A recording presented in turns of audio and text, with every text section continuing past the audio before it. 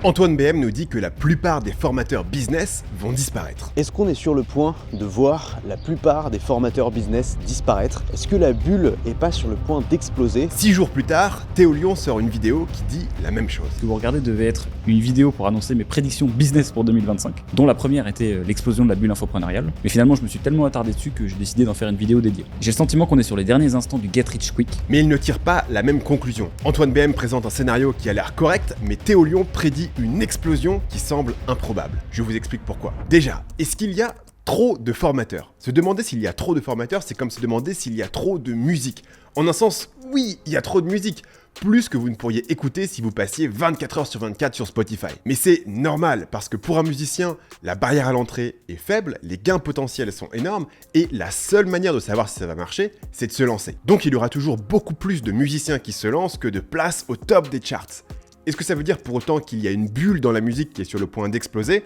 Pas forcément. Comme la barrière à l'entrée est faible, c'est rationnel pour beaucoup de gens de tenter leur chance. Donc ils vont continuer à le faire. Et c'est la même chose pour les formateurs. La barrière à l'entrée est faible, les gains potentiels sont énormes, et la seule manière de savoir si ça va marcher pour vous, c'est de vous lancer. Donc plein de formateurs vont continuer à se lancer, même si beaucoup échouent. Et c'est là qu'Antoine BM a raison. Est-ce qu'on est sur le point de voir la plupart des formateurs business disparaître? Oui, la plupart des formateurs business vont disparaître, comme la plupart des youtubeurs vont arrêter d'uploader, et la plupart des musiciens vont mettre la guitare au placard et trouver un job chez KPMG. KPMG étant un célèbre cabinet d'audit, c'est une blague pour nos auditeurs qui viennent d'écoles de commerce. Les meilleurs formateurs, youtubeurs et musiciens, ceux qui ont du succès, vont survivre. Mais la plupart vont échouer, et c'est la nature des choses. L'analyse d'Antoine va plus loin que ça. La bulle, elle éclate lorsque l'offre dépasse la demande et que tout le marché s'affaisse. En fait, quand il y a une opportunité, il y a énormément de gens qui se lancent dedans en même temps. Et au début, tous ces gens-là profitent de la croissance du marché.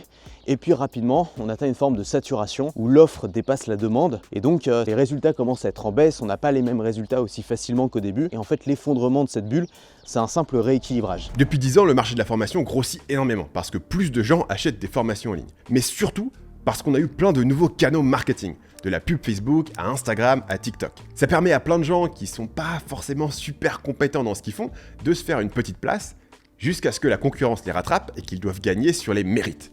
Ce sont eux qui vont disparaître selon Antoine. Donc son modèle mental est que la demande augmente, mais que l'offre augmente encore plus vite, et donc il y aura une hécatombe de formateurs.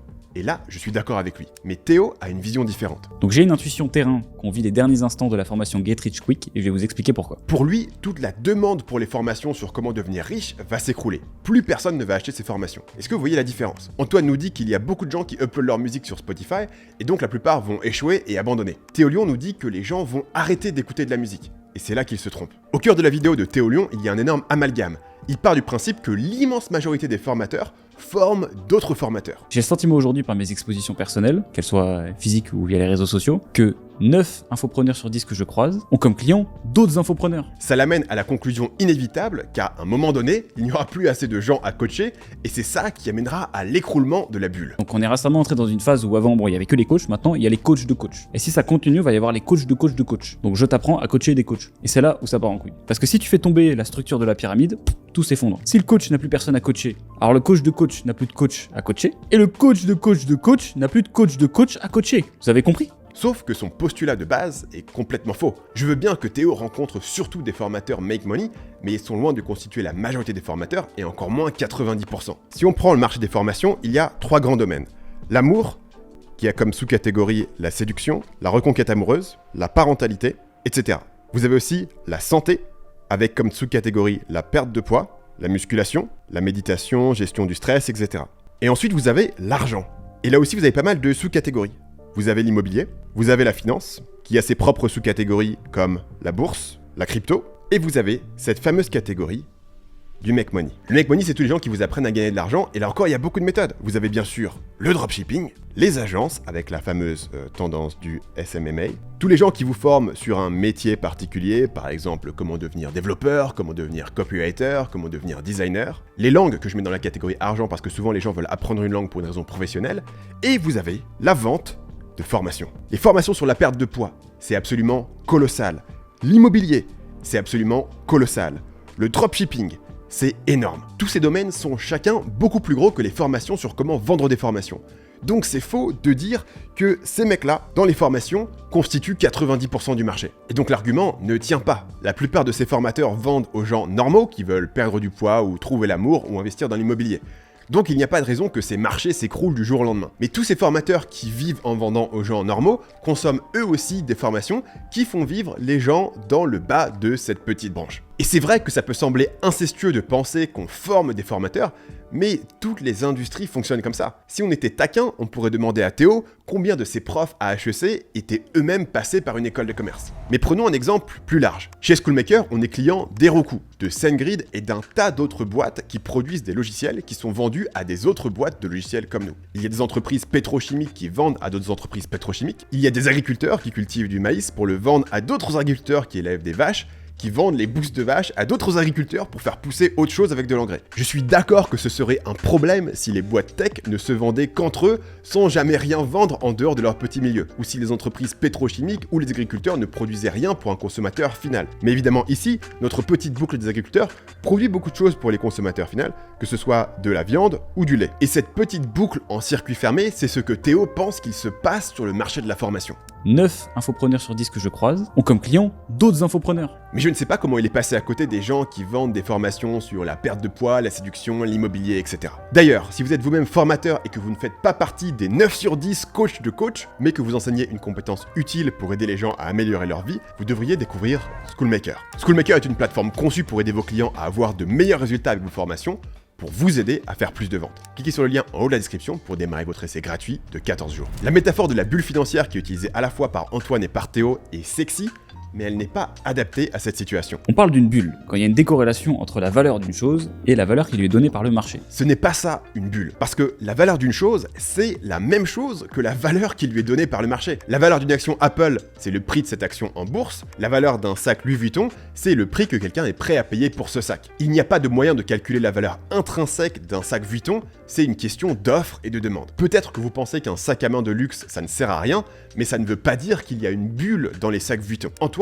ne fait pas cette erreur. Alors c'est une bulle spéculative ici, une bulle financière. Nous, c'est pas vraiment le cas. Alors, quand est-ce qu'on pourrait dire qu'il y a une bulle dans les sacs Vuitton, dans les formations ou dans un autre produit? Il y a une bulle spéculative quand les gens achètent un actif en espérant le revendre plus tard pour plus cher. Le prix augmente, donc les spéculateurs gagnent de l'argent, donc plus de gens viennent spéculer, donc le prix augmente encore plus, etc. On l'a vu dans la bourse, dans l'immobilier et dans la crypto. Alors pourquoi est-ce qu'une bulle explose? À un certain point, il n'y a juste pas assez d'argent pour continuer à faire monter les prix, donc les prix commencent à baisser, les spéculateurs paniquent et les prix s'écroulent. C'est ce qui se passe aussi dans The Big Short quand les banquiers découvrent que la bulle immobilière va exploser. Oui, c'est ce qui s'est passé dans la crise immobilière de 2008 aux États-Unis, mais ça ne s'applique pas du tout au marché de la formation. Les gens n'espèrent pas acheter une formation en espérant la revendre plus tard pour plus cher, ce n'est pas une bulle spéculative. Donc le marché de la formation pourrait baisser si trop de gens ont acheté des formations et sont déçus. Mais ce serait une baisse progressive à mesure que le marché est saturé. Au contraire, la prédiction de Théo est un écroulement rapide en 2024. Mais cette prédiction est basée sur la métaphore de la bulle spéculative qui n'est pas adaptée à cette situation. Une meilleure métaphore serait de réfléchir en écosystème. Imaginons un écosystème où les lapins, que je vais mettre en vert, mangent des carottes, que je vais mettre en orange, et sont eux-mêmes chassés par les loups. Une année, la pluie et l'ensoleillement sont parfaits et il y a une énorme récolte de carottes. Les lapins se gavent, ils se reproduisent comme des fous, la population de lapins explose. L'année suivante, il n'y a plus assez de carottes pour tout le monde. De l'autre côté, les loups se gavent et leur population augmente. Du coup, la population de lapins chute et l'équilibre est rétabli. Dans notre métaphore, les carottes, c'est les clients et les sources de trafic. Une bonne récolte de carottes, c'était l'essor de YouTube, Instagram et TikTok. Les lapins, c'est les formateurs qui se multiplient. Et les loups, ce seraient les créateurs de contenu qui font leur beurre en tapant sur les formateurs, par exemple CoffeeZilla aux États-Unis. Donc oui, la population de formateurs doit rester à l'équilibre par rapport à la quantité de clients. Mais ça marche dans les deux sens. S'il y a trop de lapins, ils vont crever de faim, mais s'il y a beaucoup moins de lapins, ceux qui restent vont se goinfrer et faire remonter la population. Du coup, la population de lapins ne peut jamais être exterminée parce qu'il y a trop de lapins.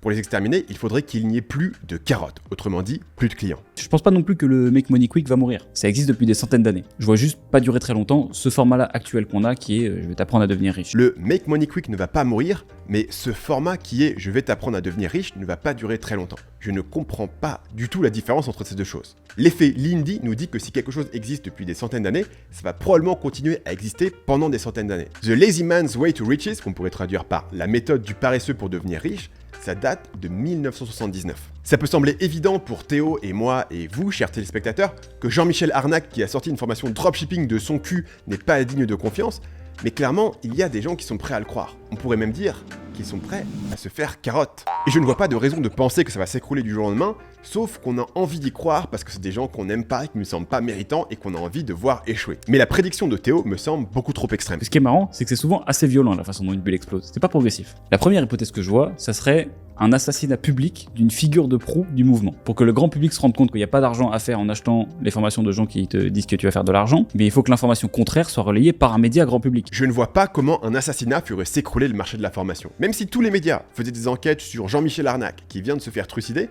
peut-être que ça ferait du mal à son business, mais Jean-Michel il s'en fout, il est mort. L'impact sur le marché global serait proche du néant, parce que les gens savent qu'il y a plein d'arnaques sur le marché de la formation, on leur apprendrait rien. Le truc c'est que les gens pensent que leur formateur est un des bons. Donc, typiquement, une enquête du Monde sur les infopreneurs, ça marcherait. Cette idée qu'une enquête du Monde va décourager les mecs de 14 ans qui veulent s'acheter une Lambo grâce au dropshipping, je la trouve délicieusement naïve. Et ma seconde hypothèse, ce serait plus simplement la régulation. Donc aujourd'hui, le canal d'acquisition principal de ces infopreneurs, c'est la pub en ligne. C'est un domaine qui est beaucoup moins régulé que les médias traditionnels. Ça, pour le coup, ça ferait exploser beaucoup de formateurs, parce qu'on retirerait les carottes. Mais est-ce que ça diminuerait la demande de gens qui veulent acheter des formations, ou est-ce que la demande resterait relativement stable et se déplacerait plus vers les canaux d'acquisition organiques? Donc non, je ne pense pas qu'il y aura une explosion soudaine de la bulle des formateurs en 2024. Les formateurs compétents vont rester, certains arnaqueurs vont disparaître, mais d'autres vont les remplacer. Et pour vous montrer que je parle d'expérience, on avait déjà ce débat il y a des années. Je termine avec un extrait d'une vidéo que j'ai sortie il y a plus de 6 ans, en 2018, quand j'étais en CM2. Le problème, c'est qu'on est tous fondamentalement paresseux et on n'a pas envie de travailler pendant des années pour se rendre riche ou pour se construire un corps de rêve. Et du coup, l'arnaqueur est là pour vous dire ce que vous avez envie d'entendre, c'est-à-dire qu'il y a un secret qui vous permettre d'éviter tous ces efforts. Le secret que j'aimerais partager avec vous aujourd'hui, c'est sans doute le moyen le plus rapide et le plus facile d'obtenir ce que vous voulez dans la vie sans avoir à vous tuer à la tâche. Et ça, c'est probablement une des meilleures indications pour savoir si une formation est une arnaque ou non, c'est qu'un formateur vous enseigne une compétence, un arnaqueur vous révèle un secret. Si vous voulez créer des formations de qualité qui enseignent de vraies compétences et qui vont se vendre sur le long terme, j'ai une longue vidéo qui vous explique comment faire. Cliquez ici pour la regarder.